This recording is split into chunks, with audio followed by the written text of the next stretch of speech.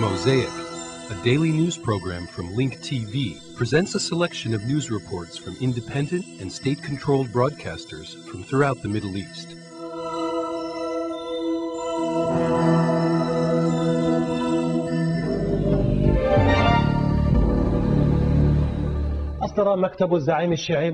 Muqtada Sadr's office made a statement in Najaf today, offering an immediate end to the fighting against U.S. forces in various areas in Iraq, if the U.S. agreed to negotiations.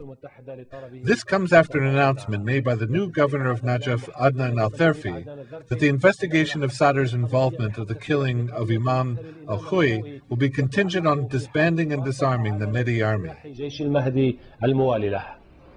For the second consecutive day, the residents of the holy city of Najaf demonstrated, demanding the Mahdi army, the militia, loyal to Shia leader Muqtada Sadr, to leave the city. They want the residents and the Iraqi police to take over protection of the city. Before peacefully disappearing, they marched toward the assistance to the spiritual leader Ayatollah Ali Sistani and the Imam Ali Shrine in the center of the city. Reporters indicated that members of Muqtada Sadr's militia fired shots into the air to disperse the marchers. No one was reported to be harmed. The new governor of Najaf spoke of the need to disband the armed militia, saying that the accusations against Muqtada Sadr about the killing of the religious cleric Abdul Majid al-Khu'i last year will be suspended if Sadr orders his supporters to hand in their arms. The militia must be disbanded. There will be no militias in the future of Iraq. In the future, we will follow the law and protect Najaf. We will develop cooperation and civil reconstruction. There will be no war in the future. The war has ended. Saddam is gone. The Ba'ath regime has ended. The security apparatus is closed. The prisons are closed. Now we are entering a new phase. We are entering a phase of building, reconstruction, and development. The new governor also said he is prepared to meet Muqtada Sadr when the current crisis in the city is resolved peacefully. Sheikh Nasruddin al-Qapanji from the Supreme Council of the Islamic Revolution in Iraq said that he expects the Mahdi army to withdraw from the Najaf this week. Mediators are trying to solve the crisis in Najaf with the withdrawal of the Mahdi army and the eventual takeover by Iraqi security forces. The new Iraqi governor said that he is seeking 4,000 Iraqis for the Civilian Defense Corps to maintain security in the holy city of Najaf.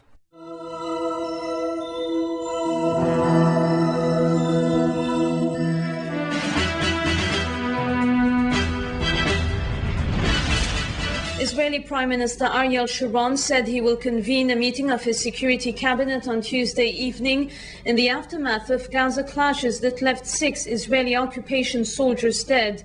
The Israeli occupation army confirmed that 6 of its troops were killed when Palestinian resistance fighters blew up an Israeli armored troop carrier during a raid in the Gaza City neighborhood of Zaytun.